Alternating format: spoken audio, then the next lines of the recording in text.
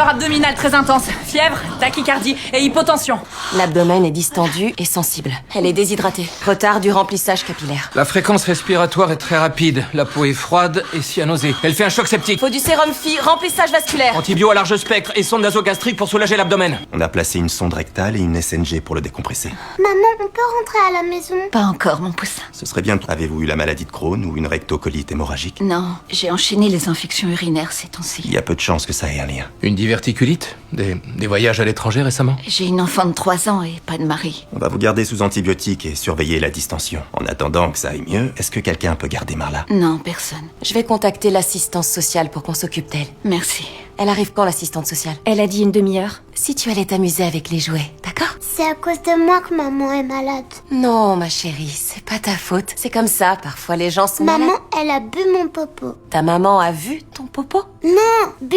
Maman a bu. J'ai pas bu ses selles. J'ai fait une transplantation de microbiote fécal. Vous n'avez pas jugé utile d'en parler? Dans la vidéo, la femme disait qu'il n'y avait absolument aucun risque. La souche d'E. coli résistante aux antibiotiques peut aller se nicher dans l'intestin. Et repeupler le microbiome intestinal par une TMF a déjà fonctionné avec succès. Oui, bien sûr, à l'hôpital et dans un environnement stérile. Bon, emmenez-la au bloc. La dilatation et la sensibilité abdominale indiquent une perforation. Et analysez les selles de Marla. Recherchez s'il y a des toxines et des bactéries.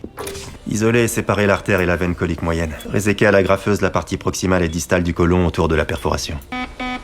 C'est pas bon du tout. La pression pendant la mobilisation a dû déchirer la capsule splénique. On va devoir faire une splénectomie. Isoler la rate. Séparer le pédicule vasculaire à l'aide d'une agrafeuse. Mais ne touchez surtout pas au pancréas. Docteur Melendez, le prélèvement de sel que vous m'avez fait parvenir, la patiente a dans les 70 ans, c'est ça? Non, elle a à peine 3 ans. Alors, ses taux d'acide isobutyrique et isovalérianique sont anormalement élevés. Elle risque de développer de très graves problèmes cardiaques. Mais on vous a réveillé plus tôt que prévu parce que nous devons vous parler de quelque chose. Votre microbiote intestinal a révélé un taux élevé de cholestérol. Ce dont vous ne souffrez pas, contrairement à votre fille. Marla a un taux élevé de cholestérol. Elle souffre d'une maladie génétique, l'hyperlipidémie. Le scanner coronaire montre un rétrécissement de 90% de l'artère principale du cœur. Je crains que votre fille n'ait besoin d'être opérée de toute urgence.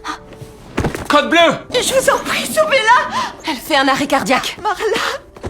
Atteinte sévère de l'IVA proximale, l'occlusion est presque totale. L'angioplastie ne guérira pas la sténose, et c'est trop risqué pour une enfant de son âge. Il faut anastomoser son IVA gauche à son artère coronaire. En général, on ne permet pas aux patients de partager une chambre, mais elle est complètement sortie d'affaire. Quand elle aura récupéré, on la mettra sous statine, sous ézétimib, et on lui fera une aphérèse des lipides. C'est un peu comme une dialyse, mais ça sert à extraire le LDL de son système sanguin. Son taux de cholestérol devrait revenir à la normale. Elle aura besoin de tout ça, de ce traitement jusqu'à la fin de sa vie. Oui, mais elle pourra avoir une longue vie. Je sais pas comment vous remercier.